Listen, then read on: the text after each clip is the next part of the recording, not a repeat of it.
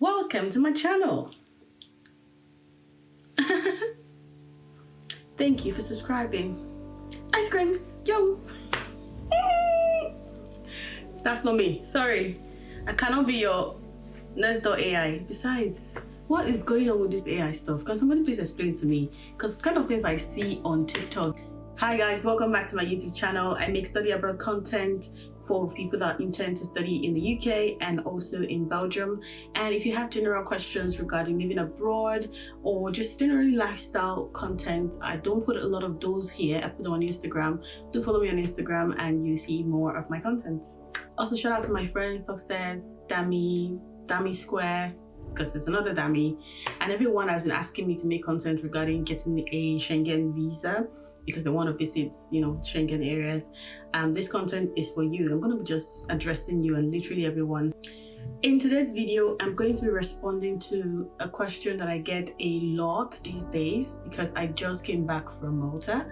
I was there just last week and I had a great and amazing time. Honestly, Malta is the easiest country to visit.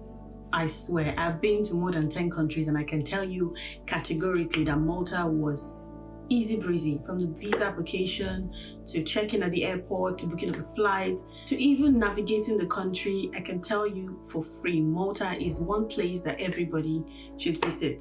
So let's get into it. How to apply for a Schengen visiting visa, especially Malta Schengen visiting visa as an international student living in the UK. One thing I would like to mention is that they speak two languages in Malta. They speak English and they speak Maltese.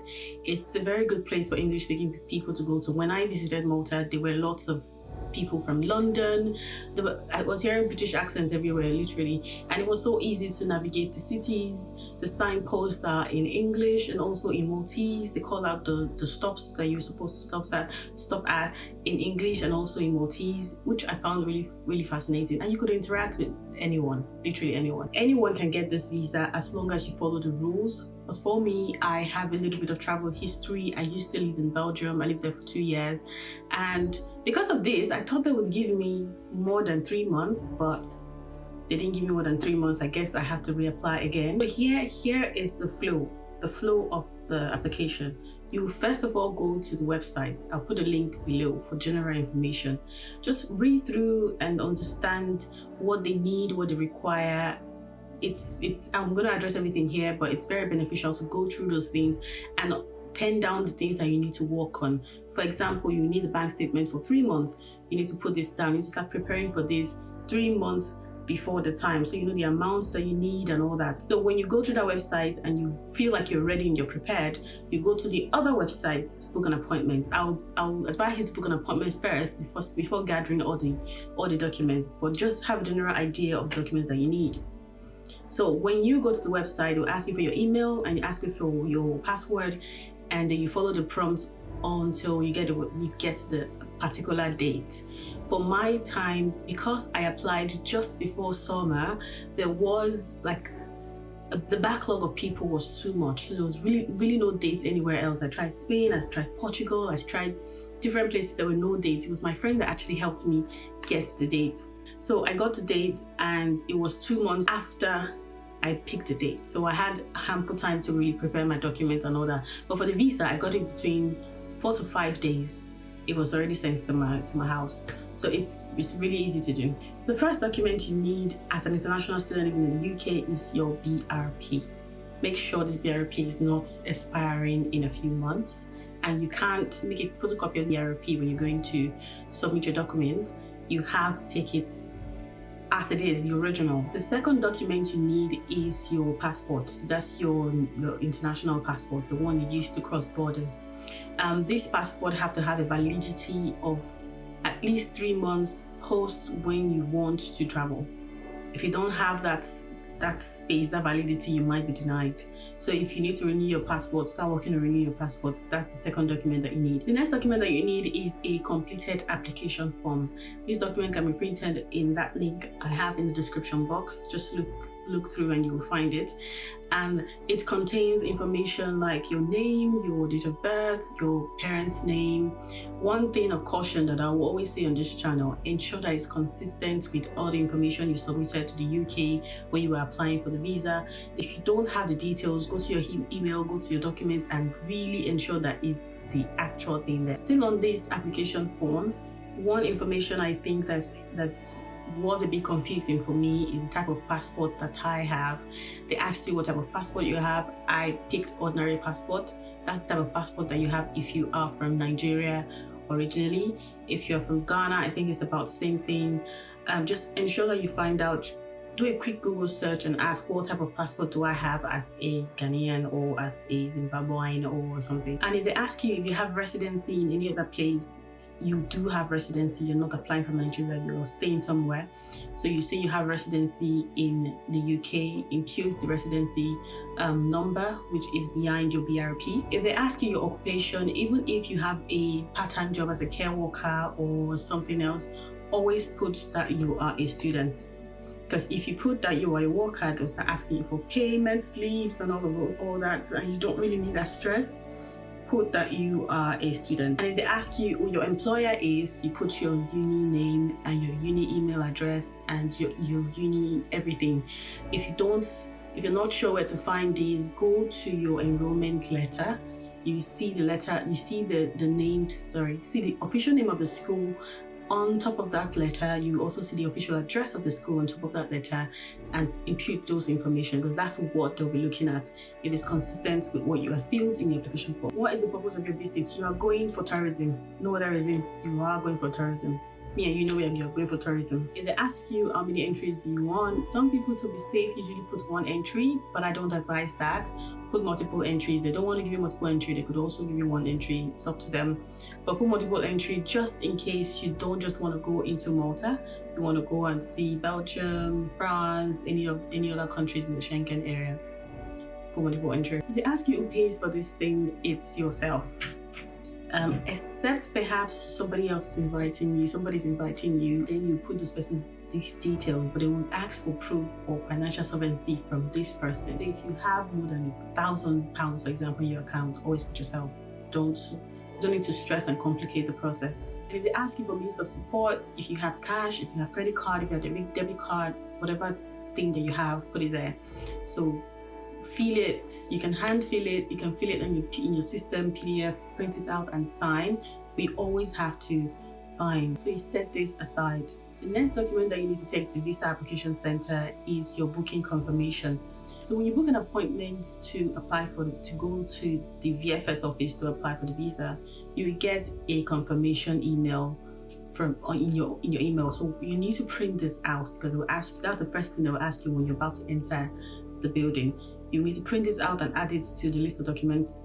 Not just the first page, print out the entire thing such that it does not only show the dates, it also shows what you have paid for. So during my time, I paid for premium lounge, which was about £70.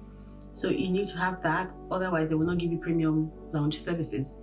But the sad part about that, I would come to it, was that they didn't have premium lounge in the VFS office that I went to, so they had to refund me the money.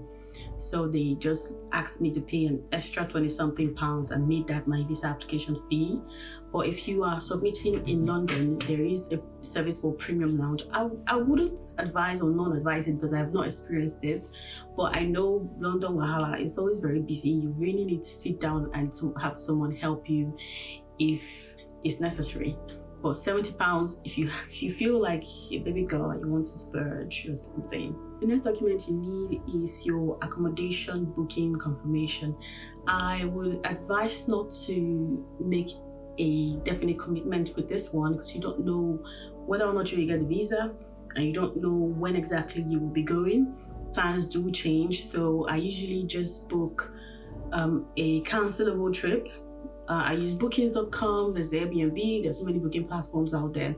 So I use bookings, and I usually select the no prepayment option so that the monies will not be changing hands and they will not be hearing story left, right, and center when it's time to now refund. So I did bookings, and I was also paying for flights, so there wasn't money to really pay at that time. The next document you need is evidence of flight booking.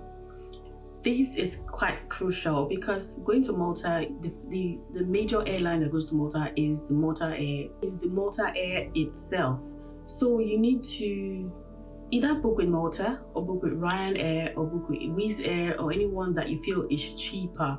But the problem with Ryan and Wizz and the rest of them is that they don't refund in full, or they don't even refund at all. So I had to book with Malta Air, and Malta Air is quite expensive. I booked a flight for £326. That much.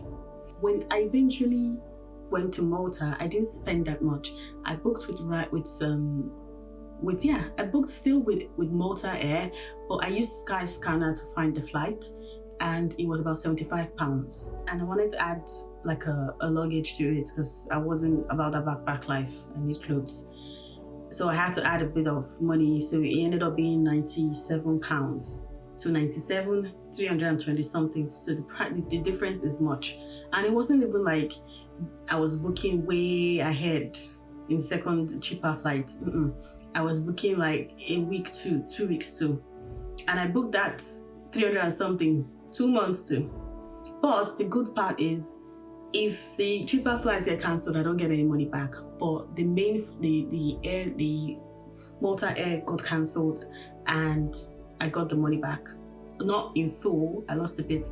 So I paid just a few. I paid 329 with taxes and everything, and I got refunded 312. The difference is not that much, but I did get my chunk of my money back. So you need to book a round trip. You can't book a trip just to. Book a round trip and print this out. Another thing I would say about booking flight with Malta Air is trying to get your money back is a bit difficult. I had to call the airline. That's the only way. You call the airline and you stay on hold. This call went for like call on hold went for like an hour before somebody spoke to me, and I had to quickly beg the person, please, if this thing hangs up, call me back immediately, or please just call me back. That's the only way I could get my money, because I tried it like 3 times and it would just go off, and I'll call again and I'll still wait again. But anyways, I needed to get my money. £300 is not a joke. We need to get it. The next document you need is your travel insurance document. It cost me about £26. It was cover-wise by AXA. And the good part about this is they just send everything to your email straight away. I think that's how it all works now. But I also heard, even though my bank don't provide this, I also heard that some banks provide free travel insurance. So if you might want to check with your bank if you are covered for this, so you don't waste your money purchasing a travel insurance policy. And one other thing to note about this policy is you don't only print they send you a couple of documents. You don't only print the policy documents, you print everything, because policy schedule is inside and you might not know exactly what they need from it. So you might want to print. Mine was a bit bulky. Print everything and add it to your package, your files, so to speak. The next document you need is your permission from your uni to travel. Some schools call this no objection letter, and for my school, I didn't need to email anybody to do it. I just needed to go to my school portal and I printed my enrollment letter, because everything they need, all the information they need is in there. First of all, they need to know your start date, your end date, and when you're allowed to go, and your breaks. So all these are reflected in my enrollment letter, and it was acceptable to them. But some require you to have like signed and stamp and all that. The one I still get from my school, still automatic, looks like a stamp, it looks like it's signed. And over something like me, I wasn't comfortable with something that is already pre-done. I still mailed the school, I still paid for a letter to be sent to me, and they emailed me that no, this is not needed for this, that's okay, we're going to refund your money, not necessary, which was okay for me. But me, I printed it out. The email conversation that we had, that it was not necessary, attached it to the form I printed online, and added it to my application, everything. But they didn't need the one at the back at the end of the day. But I just like to have peace of mind, because not that you get there and somebody will tell you, oh, this looks pre-done. We need something that is with actual ink. Not to be caught unfresh. No, unaware. Another thing that you need is your passport size photograph. I got mine in a photo booth. Just went in there, took a picture. I think it was about 10 to 15 pounds. It wasn't very expensive, but the requirement is the height of the passport photograph should be 4.5 cm. The width should be 3.5 cm, but the space between your head and your jaw should be about 3 cm. So if you already have something that fits that description in your house, you don't need to take another picture. Just find one and attach it and take it with you. Another thing that I think you need that is very important is your proof of sufficient guarantee, which is your bank statements, evidence to show that you do have money to go spend in this place. You need about 800 to 1,000 pounds. I knew I was going to travel before that time, so you curate this account for about 3 months. Within that 3 months, make sure the money does not go below that amount. And you can't use your Wise, your Monzo. Okay, you can use your Monzo and your Wise, but you need to go to their office physically, which is very hard because these online banks, they don't have physical offices in many locations. But you can email them and ask them to send you your bank statement.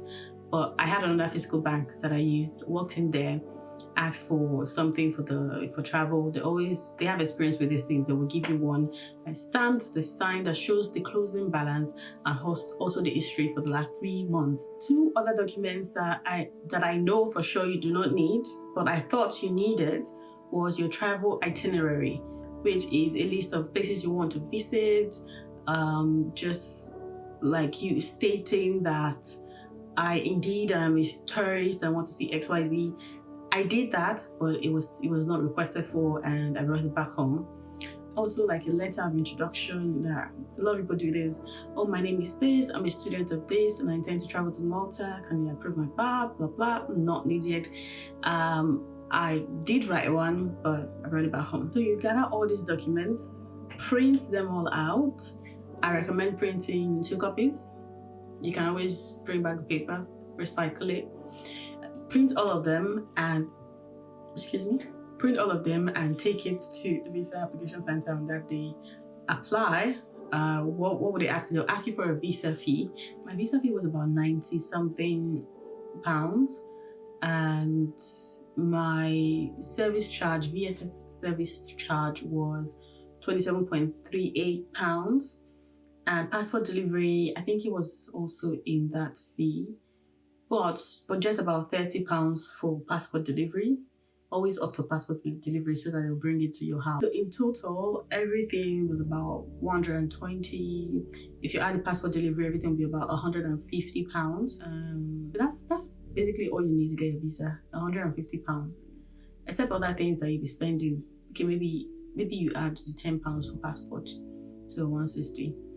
With less than 200 pounds, you will get your visa. I got 3 months, multiple entry. I did use it. I went just before, no, I actually went last week. I went last week. I used it to go to Belgium again. Finally, print all these documents and take it to the visa application center. Pro tip, let me just give you these guys for free. So I had not been to Edinburgh, I had not been to Scotland. I just used the opportunity to visit Scotland. You can book a 2-day trip to Scotland and stay in the waters of Leith. That's where the visa application center is. Where I stayed was a walking distance from there. And take the opportunity to see Scotland and take in the nice fashion. I don't know, I just loved the kind of bags that you see there, the shoes. I love Scottish fashion. Absolutely love it. The music I'm not a very great fan of, but try, just going there. Looking forward to my next trip. I don't know where that will be. Where have you visited that you think that everyone needs to go to? Somebody asked me that yesterday, and I said Albania. If you like this video, please give it a thumbs up, and do well to subscribe just to support me. You don't have to be interested in my video to subscribe. If you want to be seeing my fine face every day, please subscribe.